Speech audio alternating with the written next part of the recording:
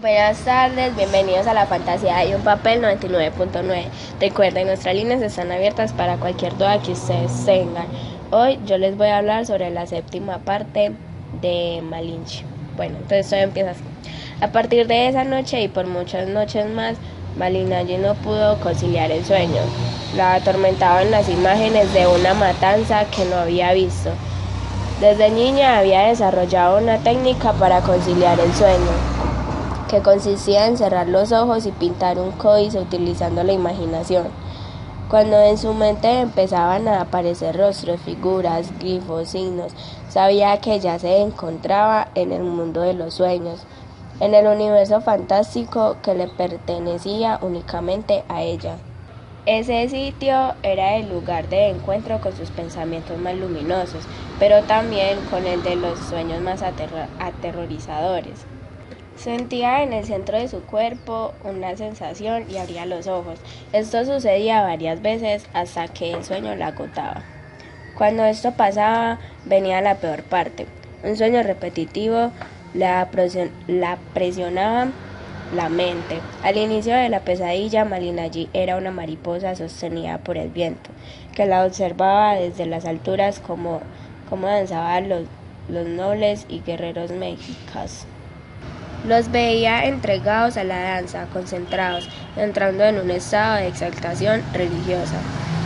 Del centro del círculo en el que bailaban salían un poste de luz que unían el cielo con la tierra y desaparramaban sobre los danzantes una poderosa luz amarilla que iluminaba los cuerpos adornados con sus mejores atavíos, sus mejores plumas, sus mejores pieles, pero de pronto una lluvia de bala caía sobre ellos.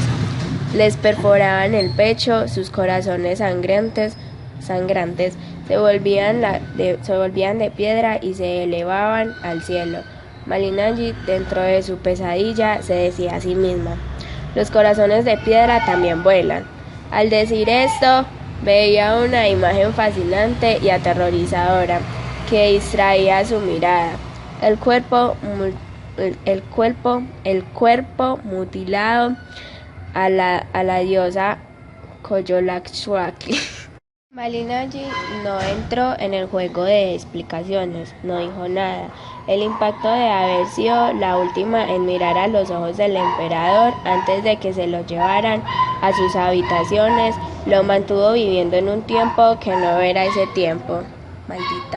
El único momento en que Malinche reaccionó y se instaló en el presente fue cuando estaba huyendo. Una de sus flechas hirió al caballo que siempre había sido su aliado, que había estado con ella en su bautizo, en la matanza de Cholula, en el combate contra Pánfilo de Narváez, su amigo eterno e incondicional. Cuando Malinche lo vio caer herido, el tiempo se detuvo. Los sonidos de la batalla se congelaron en el aire. Ya no escuchó nada, todo lo que la rodeaba desapareció del campo de su mirada. Solo el caballo existía, solo el caballo moría. Malinche sintió un dolor profundo, no quiso dejarlo ahí tirado, agonizando. No quería que fuera alimentado para los gusanos. Se abrazó a él, en sus ojos vio el miedo, el dolor, el sufrimiento. De inmediato los relacionó con los ojos que Moctezuma tenía cuando cayó herido por las piedras. Había bondad en esos ojos. Después, Malinche lamentaba no haber podido llevarse con ella la cabeza del caballo.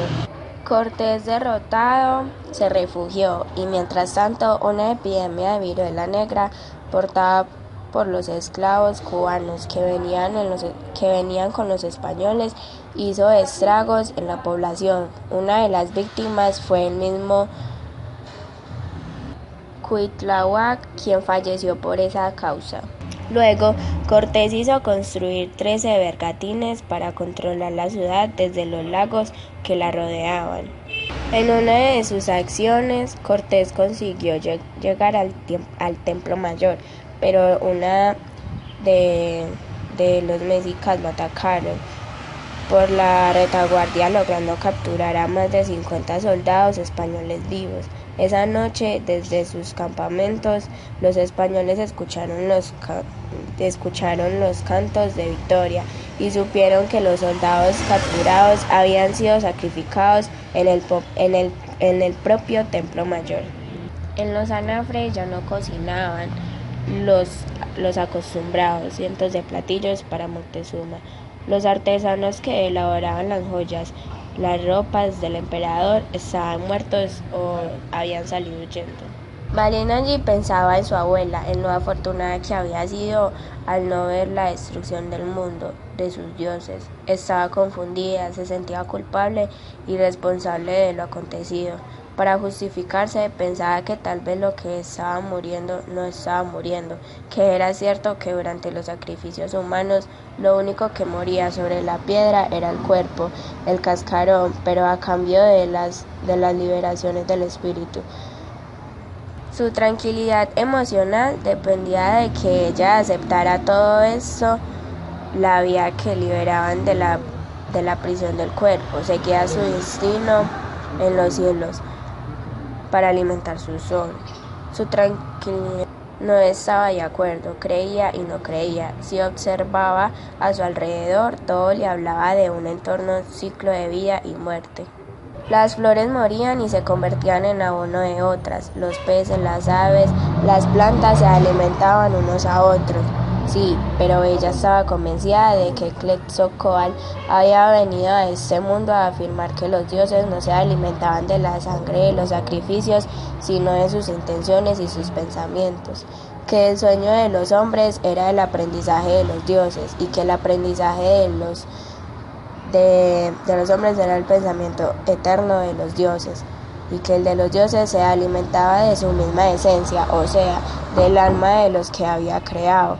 Pero ella no creía necesario que fuese a través de la misma física, sino que por medio de la palabra.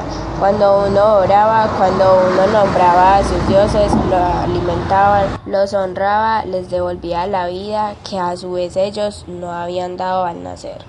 Los guerreros creían que el cuerpo es lo que mantiene prisionera al alma. El que controla su cuerpo se adueña del espíritu que lo alberga. Esa fue una de las creencias que había actuado en contra de los mexicanos. En sus primeros enfrentamientos con los españoles, se sorprendieron al ver que la intención era la aniquilación del enemigo y no de su captura. Su enorme aparato de guerra funcionaba de manera completamente opuesta. Los mexicanos creían que un buen guerrero debía presionar a su enemigo. Si lo conseguía, se convertía en una especie de dios, pues el control del cuerpo le daba acceso al control del espíritu. Por eso no mataban en el campo de batalla, sino tomaban prisioneros. Si mataban a su enemigo, liberaban automáticamente su espíritu, y eso constituía una derrota, no un triunfo. Malin allí estaba de acuerdo solo en el sentido de que la vida no se defendía luchando por salvar un cuerpo de la muerte, sino su espíritu. Solo si la idea de la muerte no existía, ella podía comprender la eternidad, y desde ese punto de vista no había actuado mal. Lo único que había pretendido había sido salvar el espíritu de Quetzalcóatl. Estaba más vivo que nunca. Los españoles no lo podían destruir porque ni siquiera lo alcanzaban a percibir. Solo habían arrasado con aquello que veían, que tocaban. Lo demás estaba intacto. Malin allí bordaba plumas a una capa que había elaborado para su hijo. La habían fabricado con plumas que había salvado del palacio de Moctezuma, con hilos de algodón que había encontrado tirado. Es lo que había sido el mercado de Tlatelolco, con piedras de jade y conchas marinas que Cortés le había regalado, pues para él no tenía valor alguno. Era la capa de un príncipe, así quería Malin allí que luciera el día de su bautizo. Durante su embarazo, cuando aún no sabía si daría a luz a un niño o a una niña, se dedicó a tejer mantas de Malin allí en telar de cintura.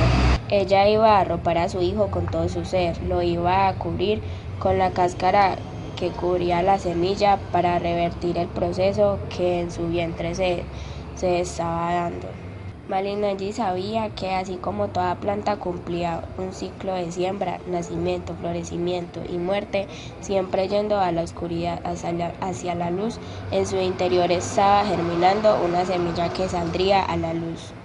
Cuando el niño nació, Cortés celebró durante 3 días. Era su primer hijo varón. Ya tenía en quien perpetuar su nombre, a quien heredar. Al día siguiente, mientras Malignaggi alimentaba a su hijo, fue informada por una de las sirvientas de que Catalina había amanecido muerta.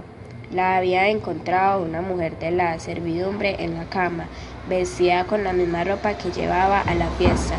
Presentaba moretones en el cuello, tenía el collar de perla reventado y la cama estaba orinada.